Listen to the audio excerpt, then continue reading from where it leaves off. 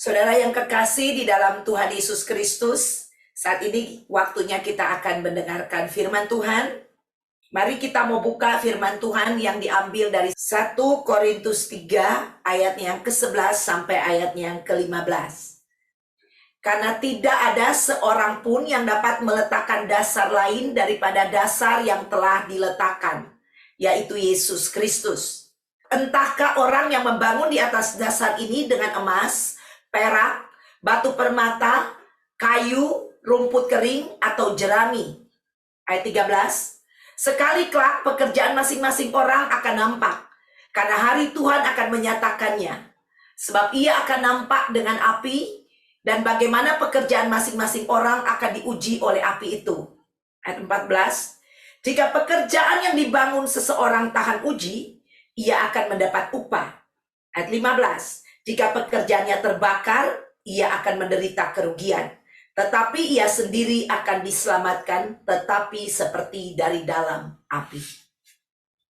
Saudara yang dikasihi oleh Tuhan Yesus Kristus, judul khotbah saya pada hari ini adalah hidup ini adalah kesempatan. Saudara, hidup yang kita jalani ini adalah satu perjalanan dan satu kesempatan yang Tuhan berikan kepada kita. Pada waktu kita menerima Tuhan Yesus sebagai Tuhan dan Juru Selamat, di situ kita dilahirkan kembali atau kita lahir baru. Ya, yang tadinya kita hidup dengan manusia daging kita atau manusia dosa kita, dan sejak kita mengundang Tuhan Yesus masuk dalam hidup kita, menjadikan dia sebagai Tuhan dan Juru Selamat kita, sejak saat itu saudara, kehidupan kita adalah kehidupan baru. Kita dilahirkan baru. Kita dilahirkan kembali saudara. Di dalam roh dan di dalam air, firman Allah berkata. Saudara yang kekasih, di dalam roh ini Tuhan telah melahirkan kita. Artinya kita tidak lagi hidup di bawah daging. Karena daging itu dikatakan oleh firman Allah tidak mendapat tempat di dalam kerajaan Allah. Tetapi kita ini hidup oleh Roh Kudus. Oleh roh, dipimpin oleh roh, berjalan dengan roh, dan meraih masa depan dengan dipimpin oleh Roh Kudus. Amin, saudara yang kekasih. Nah, inilah kehidupan kita sebagai orang percaya. Dan selama kita ada di dunia ini, saudara yang kekasih, Tuhan memberikan kita waktu, kesempatan untuk kita hidup di dunia ini. Walaupun hidup di dunia ini hanya temporary. Hidup di dunia ini, saudara, itu ada waktunya.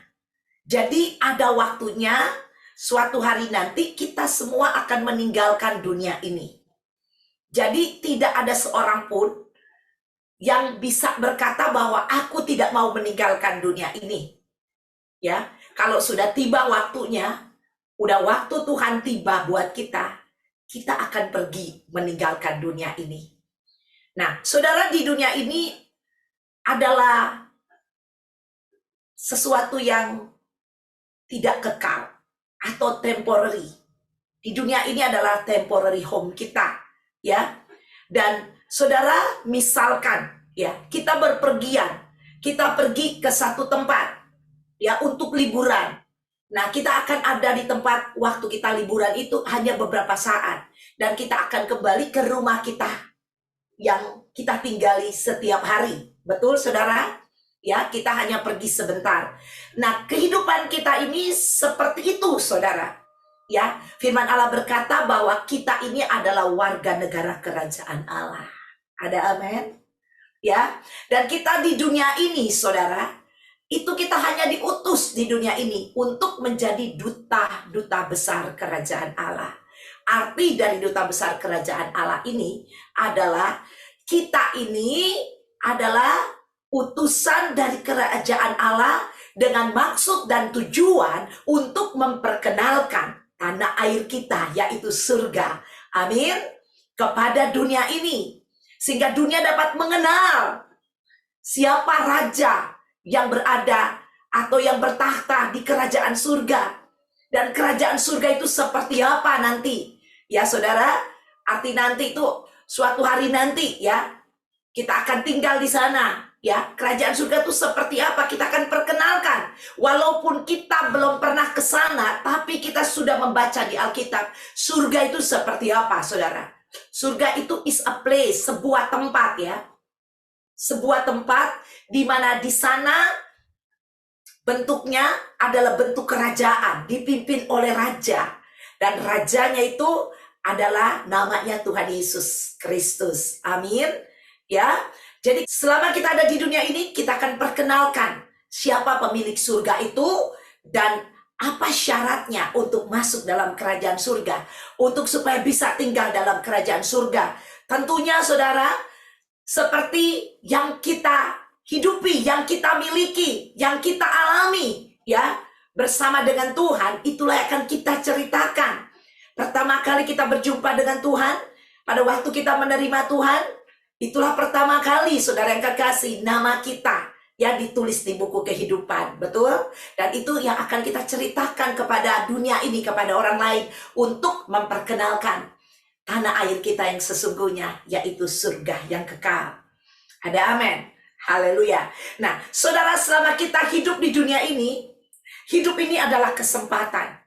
Ya, sebagai duta besar kerajaan Allah, tentunya kita punya tugas, kita punya tujuan selama kita hidup di dunia ini. Seorang duta besar di Amerika, duta besar Indonesia di Amerika, saudara, tempatnya itu dia tinggal di ibu kota daripada negara ini, ya, negara Amerika, yaitu di Washington DC, saudara. Ya, itu di sana ada rumah dan kantornya duta besar Indonesia di Washington DC, saudara. Dan duta besar ini tugasnya adalah yang tadi saya katakan, salah satunya memperkenalkan Indonesia kepada Amerika. Dan duta besar ini dia bekerja bukan untuk Amerika, tapi dia bekerja untuk bangsa Indonesia.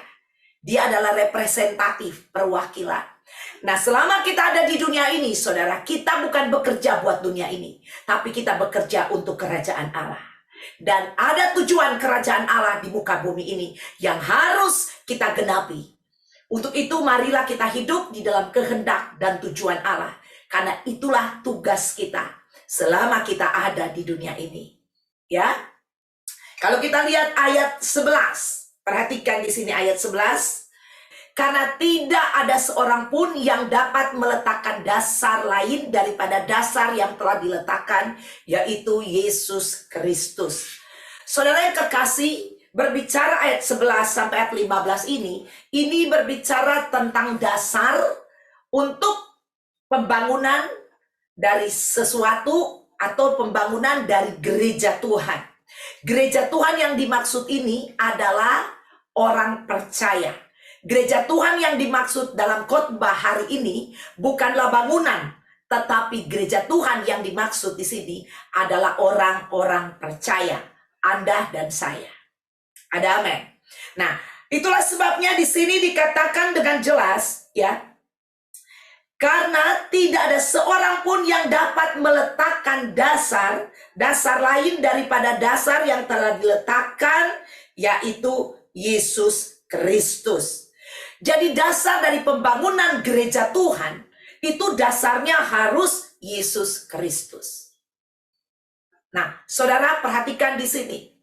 Pembangunan gereja Tuhan ini, kenapa kita perlu dibangun, saudara? Ya, di dalam kehidupan kita. Karena sejak kita lahir baru, tadi saya sudah katakan, pertama kali berjumpa dengan Tuhan, itu baru dilahirkan. Kita perlu bertumbuh sampai kita dewasa. Nah, ini adalah satu perjalanan. Ini adalah satu journey yang harus kita ikuti.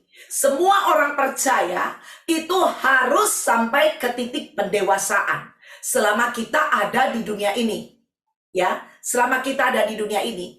Pendewasaan itu tergantung kita, bukan tergantung berapa lama kita mengikut Tuhan. Ada orang mengikut Tuhan sudah 25 tahun, tetapi kehidupannya seperti anak-anak. Tetapi ada orang baru ikut Tuhan 1-2 tahun, tetapi orang ini dia sudah menjadi dewasa di dalam Tuhan. Jadi sekali lagi, kedewasaan itu tidak ditentukan berapa lama kita mengikut Tuhan, tetapi berapa banyak kita spend time atau kita memberikan diri kita untuk mengenal Allah dan seberapa banyak waktu kita yang kita berikan kepada Tuhan untuk dipakai oleh Tuhan menjadi Allah Tuhan, menjadi perpanjangan tangan Tuhan untuk menjalankan kehendak Allah dan tujuan Allah di dunia ini. Nah, saudara yang kekasih, ini penting sekali. Jadi pembangunan daripada rumah Tuhan atau gereja Tuhan yang adalah kita sendiri ini, saudara, tujuannya adalah untuk mewujudkan tujuan dan rencana Allah terjadi atas dunia ini lewat hidup kita. Amin. Nah, jadi pembangunan bait Allah ini atau pembangunan daripada diri kita sendiri, ya, saudara, ini penting sekali untuk diperhatikan. Karena kalau kita sudah dibangun, sudah menjadi dewasa di dalam Tuhan, kita siap dipergunakan oleh Tuhan, saudara. Kalau anak-anak, itu tidak bisa dipergunakan oleh Tuhan. Kalau dipergunakan, saudara yang kekasih, banyak anak-anak dipergunakan, tetapi ngambeknya banyak kalau anak kecil itu. Ya, duduknya nggak betah seperti saudara. Makanya anak-anak sekolah minggu itu duduknya di luar. Nah, orang yang udah dewasa itu bisa jadi tenang, duduk tenang, ya, tidak bolak-balik, saudara yang kekasih, seperti anak kecil. Nah, saudara yang kekasih, orang dewasa bisa diatur, bisa diperintah, dan tunduk kepada aturan main dan perintah. Ada amin? Haleluya. Anak-anak kecil belum mengerti. Makanya kalau anak-anak masih TK, masih SD, itu kalau mau pergi sekolah dibangunin sama orang tuanya. Betul? Siapa di sini pernah kecil? Semua kita pernah kecil. Siapa di sini pernah dibangunin oleh orang tuanya waktu kecil? Jangan bohong, semua kita pasti pernah. Ya, pasti pernah. Ya, kenapa? Karena nggak mau sekolah. Ya, saya juga pernah nggak mau sekolah. Pura-pura tidur. Ya, seperti itu. Terus dia bilang, bangun, bangun. Terus suka disemprotin pakai air. Syup. Seperti itu dia. Waktu kena air, langsung bangun. Daripada airnya banyak. Nah, saudara yang kekasih, seperti itu anak kecil. Kita belum mengerti tujuan. Kalau ditanya punya cita-cita, punya. Banyak banget lagi cita-citanya, ya. Seorang anak kecil laki-laki kalau lihat polisi, polisinya gagah, kita bilang, saya mau jadi polisi. Datang ke dokter, kita lihat, dokternya keren, baik, saya mau jadi dokter. Kalau lihat gurunya, waduh ini guru baik, saya mau jadi guru, ya. Semuanya dia kepengen jadi. Tetapi giliran gede, ya, jadinya jadi pendeta, saudara. Ya, saudara yang kekasih, ya, banyak cita-cita anak kecil itu. Ya, belum terarah. Dia kepengen mau jadi semuanya. Ya, bahkan ada anak kecil karena dia suka ikutin orang tuanya dikit-dikit pergi makan. Dan waktu ditanya, kamu mau jadi apa? Saya mau jadi koki, katanya. Ya, karena dia lihat orang tuanya doyan makan, dia pergi terus dengan orang tuanya, jadi dia kepengen jadi koki, saudara. Ya, nah, saudara yang kekasih, ini anak kecil, dia kepengen mau jadi apa aja, tetapi cita-citanya berubah-ubah, saudara.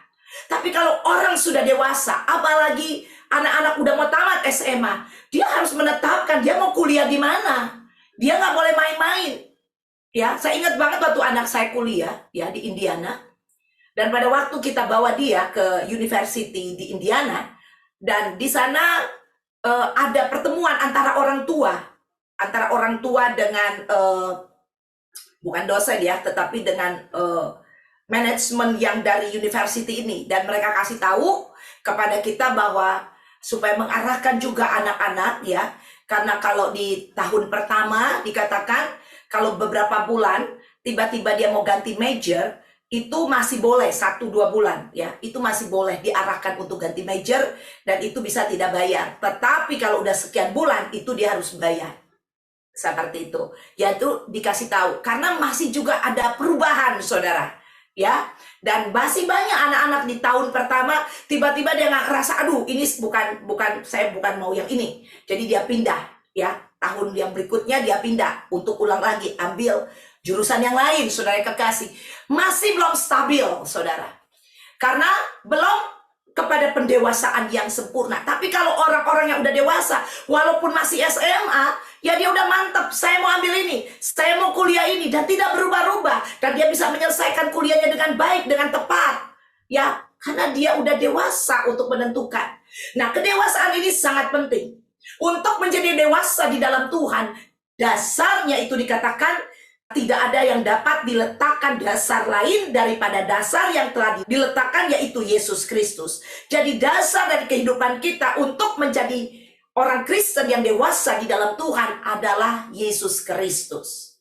Nah, kalau kita berbicara Yesus, Yesus itu adalah nama daripada Tuhan kita. Kalau Kristus artinya itu diurapi, itu gelarnya. Jadi kalau Yesus Kristus adalah Yesus yang diurapi. Ya, Kristus itu artinya diurapi. Diurapi ini artinya apa? Artinya dia diutus oleh Allah. Ya, ini putra mahkota Allah. Ini putra mahkota, dia adalah raja di kerajaan surga. Ya, dikirim ke dunia ini oleh Bapaknya. Untuk apa? Untuk tujuan penyelamatan umat manusia. Dan dia meninggalkan kerajaannya, saudara. Ya, untuk datang ke dunia ini, untuk mencari mempelainya dia. Amin. Haleluya. Dan kita adalah mempelai-mempelai Kristus, saudara. Itulah sebabnya suatu hari nanti di surga ada yang namanya pernikahan anak domba Allah. Amin. Yaitu kita sebagai mempelai Kristus akan dinikahkan dengan Tuhan Yesus sebagai mempelai pria. Kenapa perlu dinikahkan? Saudara, jangan Anda bayangkan nikah seperti di dunia ya. Artinya kita perlu disatukan dengan Kristus sehingga kita bisa tinggal dengan Tuhan Yesus selama-lamanya. Di dunia ini yang bisa tinggal selama-lamanya seumur hidup hanya suami istri. Kalau pacaran tidak boleh tinggal bareng. Itu tidak diizinkan. Ya, yang boleh tinggal bareng hanya suami istri. Kalau mereka punya anak, suatu hari nanti anaknya akan pergi meninggalkan orang tuanya dan bersatu dengan istri atau suaminya. Betul? Yang hidup selamanya itu hanya suami istri. Makanya pernikahan Kristen dikatakan hanya maut yang dapat memisahkan. Gak ada yang lain memisahkan kecuali kematian. Ya. Nah, demikian saudara yang kekasih, kenapa di surga itu pakai yang namanya istilah pernikahan anak domba. Kita dinikahkan dengan Kristus sehingga kita bersatu dengan Kristus dan di surga itu tidak ada maut lagi. Amin. Jadi kita akan hidup selama-lamanya di kerajaan Allah bersama dengan Tuhan Yesus. Ya, itu tujuan akhir kita. Di dunia ini hanya sementara. Kita ada di dunia ini untuk yang tadi saya katakan, untuk mencapai tujuan Allah. Bagi dunia ini, kita menjadi representatif oleh Allah untuk memberitakan Injil kerajaan surga, membawa jiwa-jiwa datang kepada Tuhan. Tetapi saudara, untuk kita bisa memberitakan, kita perlu yang namanya kedewasaan rohani untuk melakukan pekerjaan ini. Karena anak-anak kecil itu belum bisa bekerja. Anak kecil kebanyakan pergi sekolah dulu. Kalau udah tamat sekolah baru mereka pergi bekerja. Dan kita, saudara yang kekasih, kita harus banyak belajar firman Allah dalam kehidupan kita. Sehingga kita bisa menjadi alat Tuhan di dunia ini. Ya, karena itulah tujuan Allah selama kita hidup di dunia ini. Kalau kita lihat di ayat yang berikutnya, ayat 12 dikatakan, entahlah orang membangun di atas dasar ini dengan emas, perak, batu permata, kayu, rumput kering atau jerami. Perhatikan di sini, ya. Perhatikan, emas, perak, batu permata itu satu rumpun. Kayu, rumput kering atau jerami itu satu rumpun, ya. Jadi di sini ada dua golongan, ya. Golongan yang pertama adalah emas, perak, batu permata. Golongan yang kedua adalah kayu, rumput kering atau jerami.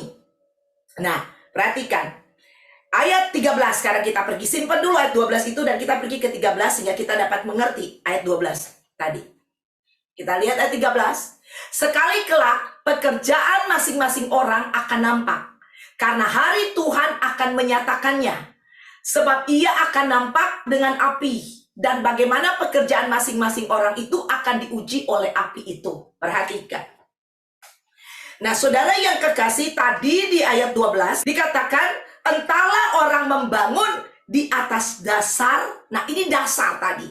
Tadi dikatakan bahwa kita harus membangun di atas dasar Kristus. Betul? Nah, dasar Kristus ini yang dimaksud, saudara yang kekasih, adalah dasar yang emas, perak, dan batu permata. Ini dasar Kristus, ya.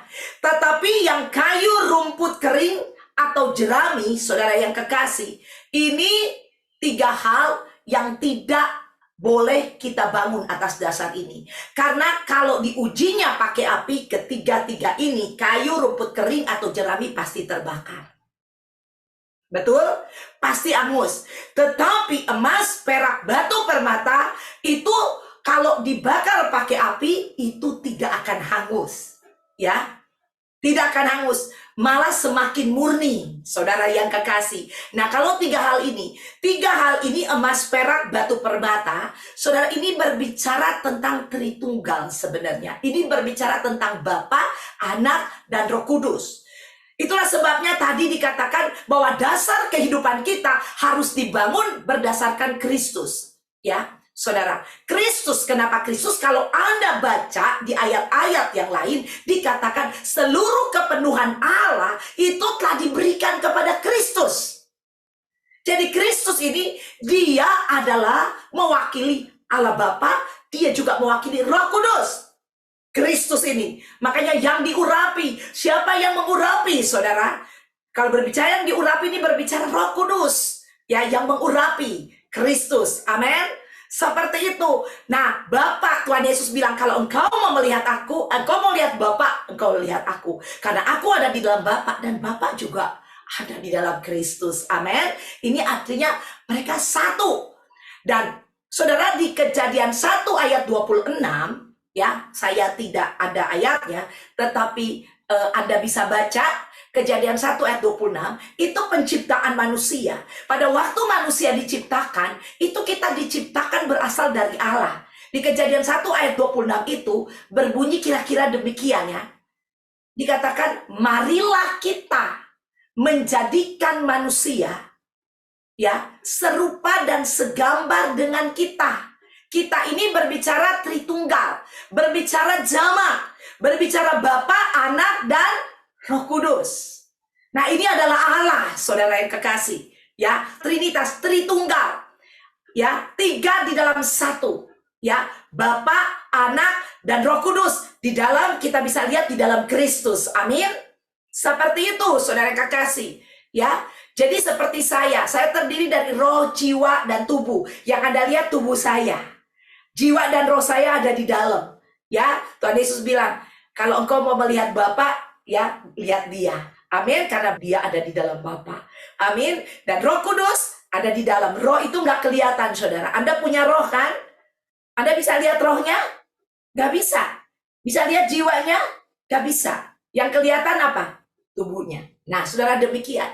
Suatu hari nanti di surga, Anda nggak bisa bilang gini, mana Bapak ya, Tuhan Yesus mana ya, Roh Kudus mana ya, ketiga nih, saya mau salaman dulu, 3 nih, terus ada 3 kursi gitu, seperti itu. Enggak, di sana hanya ada takhta. Raja di atas segala raja itu Tuhan Yesus Kristus. Haleluya. Nah, saudara yang kekasih, jadi kita ini diciptakan, ya, kita berasal dari Allah. Amin. Ya, saya sudah pernah khotbah di sini beberapa minggu yang lalu, saya sampaikan bahwa saudara, pada waktu Tuhan mau menciptakan ikan, dia berbicara kepada air. Ya, dia berbicara, jadilah saudara ikan di air, ya, dia berbicara kepada air, jadilah ikan. Jadi ikan ini sumbernya dari mana? Habitatnya itu air. Ya, waktu dia membuat tumbuh-tumbuhan, dia bilang, jadilah tumbuhan di atas tanah ini, ya. Tumbuhan ini berasal dari tanah atau habitatnya ini tanah. Jadi kalau tumbuhan ini kita cabut dari tanah, tumbuhan itu pasti mati. Benar? Ikan kita ambil dari air, ikan itu pasti mati. Karena habitatnya adalah air. Sama seperti kita. Kalau kita terpisah dari Tritunggal, terpisah dari Bapa, Anak, dan Roh Kudus, kita pasti mati. Amin. Makanya dasar kehidupan kita untuk dibangun itu dasarnya adalah Kristus. Emas, perak, dan batu permata. Ya, ini berbicara tentang Bapa, Anak, dan Roh Kudus. Nah, ini penting sekali supaya kita pahami, saudara yang kekasih. Ya, nanti di sel-sel grup kita akan pergi lebih dalam untuk belajar firman Tuhan ini.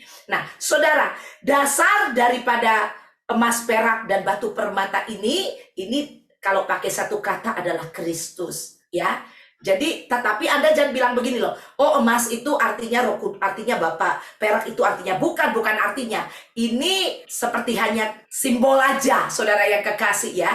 Jadi bukan tentang emasnya, bukan tentang peraknya, bukan tentang permatanya, tetapi tentang arahnya. Amin. Haleluya.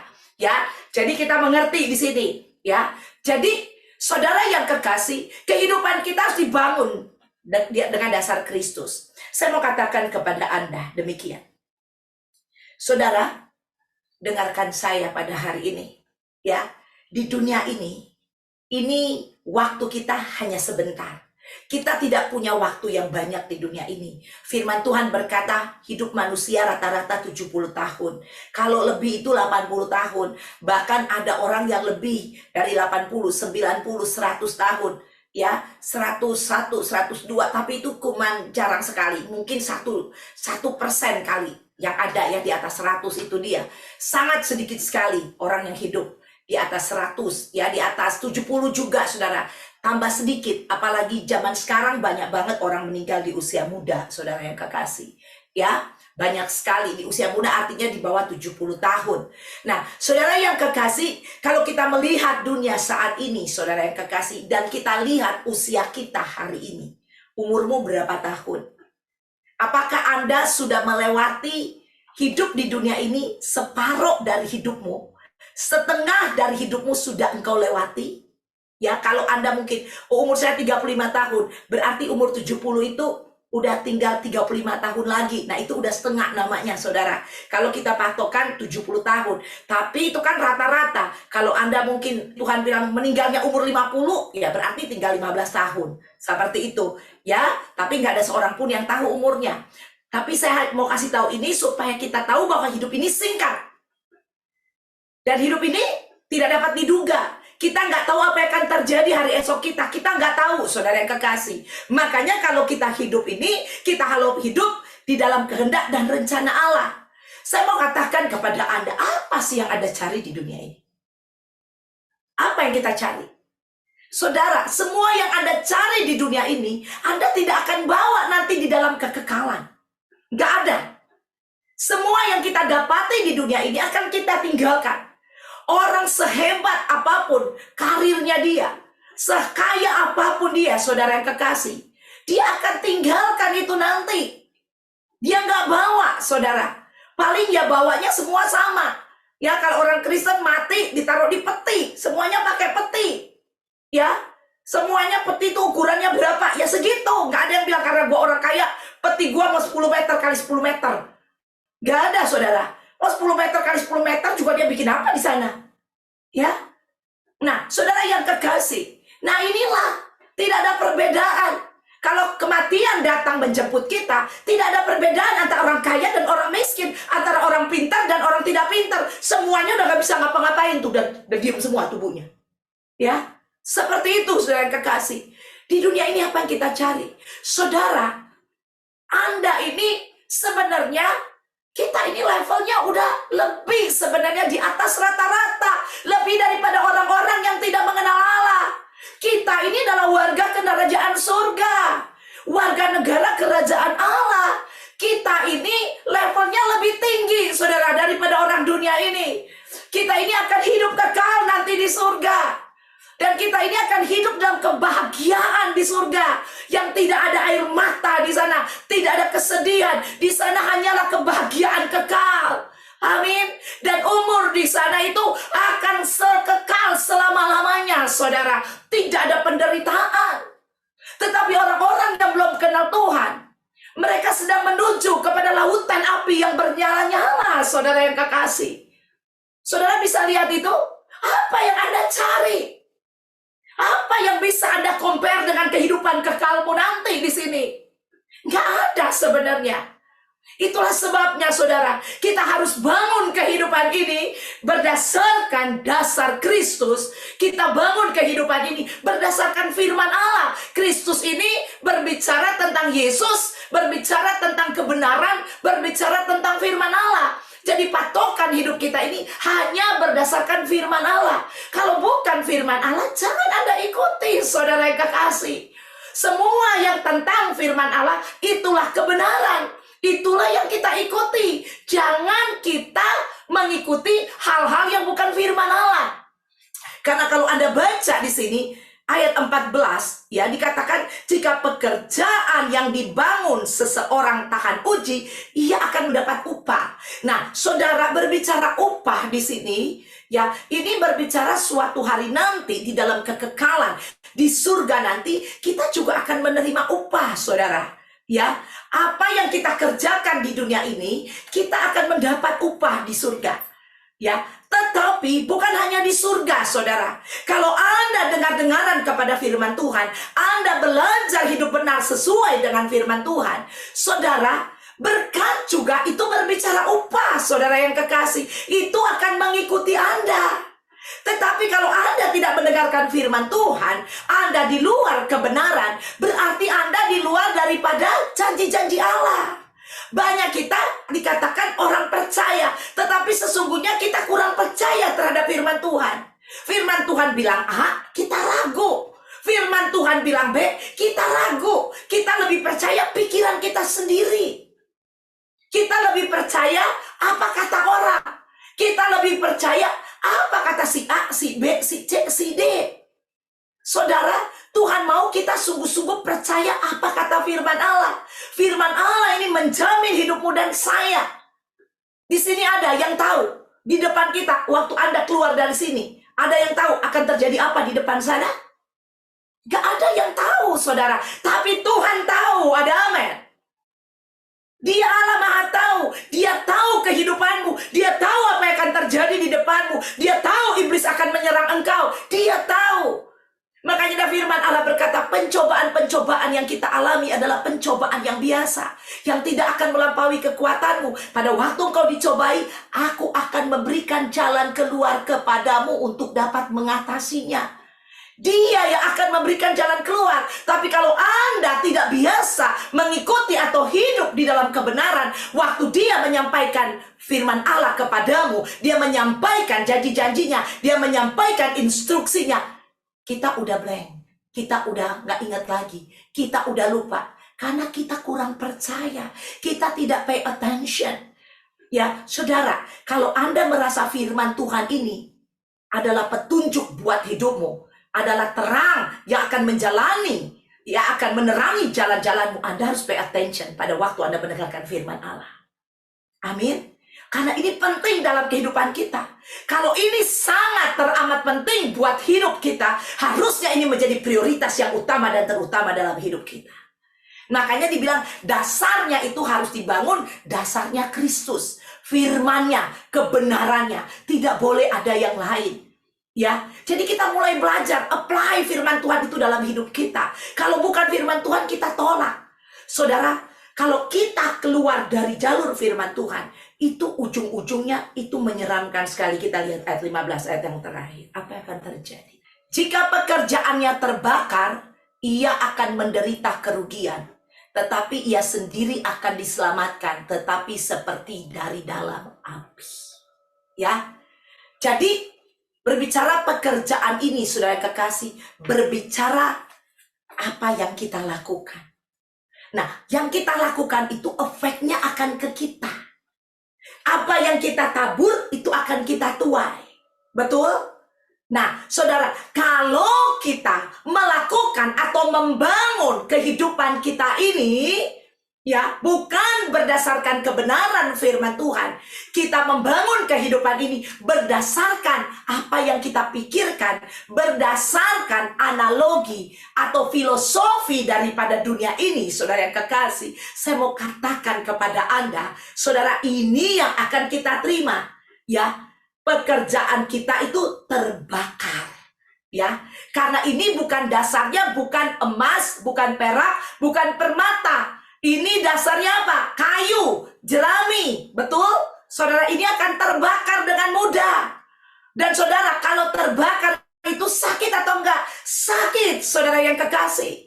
Ya, terbakar tangan aja sakit, apalagi terbakar kaki, tanganmu, tubuhmu. Saudara, ini Anda akan hidup dalam penderitaan selama Anda di dunia ini. Makanya dikatakan di sini, jika pekerjaan terbakar, ia akan menderita kerugian. Siapa di sini suka rugi?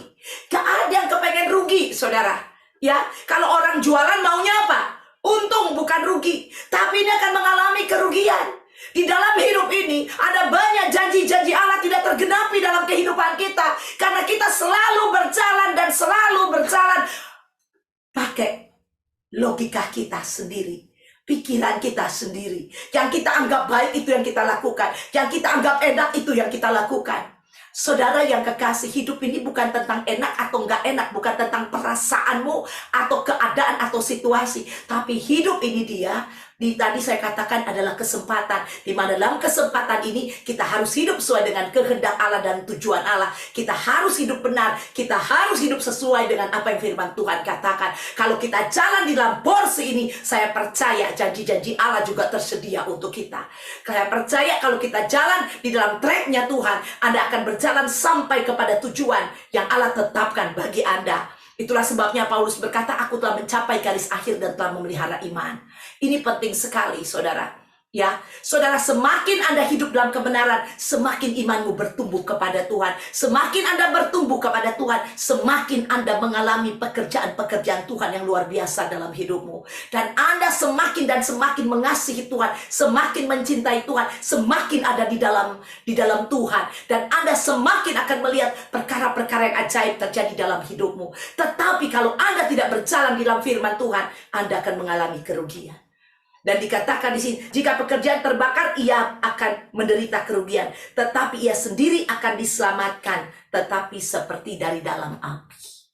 Ini berbicara apa? Ini penderitaan yang bukan main-main, saudara.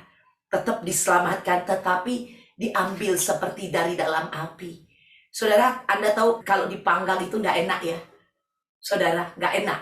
Ya kalau bebek panggang enak. Ya tapi kalau orang dipanggang enggak enak. Saudara kekasih, nah bayangin kalau diambil dari dalam api, itu saudara seperti apa kira-kira tubuh kita? Itu sakit. Ada banyak penderitaan yang tidak harusnya kita alami di dunia ini. Tapi kita alami karena kita bandel. Ya, kita bandel. Suruh Tuhan bilang A, kita pilih B. Tuhan bilang C, kita pilih D. Saudara, ada banyak orang tidak mengutamakan Tuhan dalam hidupnya. Ada banyak orang, saudara, mengutamakan kedagingannya dalam hidupnya. Dan orang-orang ini dikatakan diselamatkan tetapi seperti di dalam api. Saudara, keselamatan itu adalah pemberian Allah. Keselamatan itu bukan usahamu. Keselamatan itu adalah karya Yesus di atas kayu salib. Keselamatan itu Anda dapati karena Anda percaya. Bukan perbuatan baikmu. Tetapi ini berbicara upah. Upah berbicara perbuatan-perbuatan yang Anda lakukan yang sesuai dengan kebenaran firman Allah. Ini bicara upah. Tetapi kalau kita tidak tinggal, saudara, dalam kebenaran firman Tuhan, kita tidak hidup benar, kita hidup main-main di dalam dosa, saudara, ini akibatnya Anda akan menderita di dunia ini. Saudara, walaupun nanti Anda akan masuk surga, tetapi di masuk surga juga saya katakan ada yang menerima upah, ada yang tidak menerima upah. Ya, kalau Anda nggak bekerja, ada di sini dapat gaji tanpa kerja. Nggak ada. Bonus aja Anda dapat karena apa? Saya bekerja dan perusahaannya untung. Benar, dikasih bonus. Nggak ada yang gini, oh saya nggak kerja. Saya nggak kerja di perusahaan itu, tapi perusahaan itu kasih saya bonus. Nggak ada kayak gitu. Nggak ada, saudara. Anda bekerja, dapat gaji, dan Anda dapat bonus. Nah, saudara, kalau orang tidak bekerja, orang nggak dapat gaji. Ya, saudara yang kekasih, apalagi dapat bonus. Saudara, ada banyak hal yang Tuhan mau berikan dalam hidup kita. Tetapi kita tidak menerimanya. Bukan karena tangan Tuhan tidak kurang panjang. Tapi dia katakan karena ada dosa. Yang membuat tangan Tuhan gak bisa nyampe kepada kita. Dosa artinya apa? Kita berada di luar kebenaran firman Tuhan. Saudara, saya tidak akan memperpanjang khotbah saya pada hari ini. Tetapi saya mau ingatkan kita untuk mari saudara yang kekasih menyadari bahwa hidup ini adalah kesempatan. Dan hidup ini gak akan semakin lebih baik. Pencobaan-pencobaan akan semakin lebih kencang. Kita lihat dunia ini sedang menuju pada kebinasaan. Dan iblis bekerja saat ini secara luar biasa untuk menghancurkan, menjatuhkan orang-orang percaya. Supaya orang percaya tidak datang dan tidak tinggal di dalam kebenaran. Dan iblis, saudara yang kekasih, dia akan melakukan segala macam cara untuk menjatuhkan kita. Tapi puji Tuhan kalau hari ini kita mendengarkan firman Tuhan, dan mari kita ambil keputusan, kita berbalik dan datang kepada Tuhan. Prioritaskan dia di atas segalanya dan tetap tinggal di dalam kebenaran. Dan engkau akan aman dalam perlindungan dan penyertaan Allah. Sehingga suatu hari nanti engkau akan sampai di garis akhir. Ada banyak kuburan-kuburan yang bilang aku telah mencapai garis akhir. Tetapi itu cuma tulisan belaka. Dianya nggak capai, saudara. Ya, tapi tulisannya seperti itu. Tapi saya percaya jemaat ICC, suatu hari nanti kalau kita tidak ikut pengangkatan, ya, ada pengangkatan gereja Tuhan, itu tidak mengalami kematian. Tetapi kalau kita tidak ikut pengangkatan dan kita harus ada kuburannya, biarlah di situ dikatakan kita telah mencapai garis akhir dan telah memelihara iman. Bukan hanya tulisan biasa, tapi memang benar-benar itulah kehidupan kita. Nama Tuhan dipermuliakan.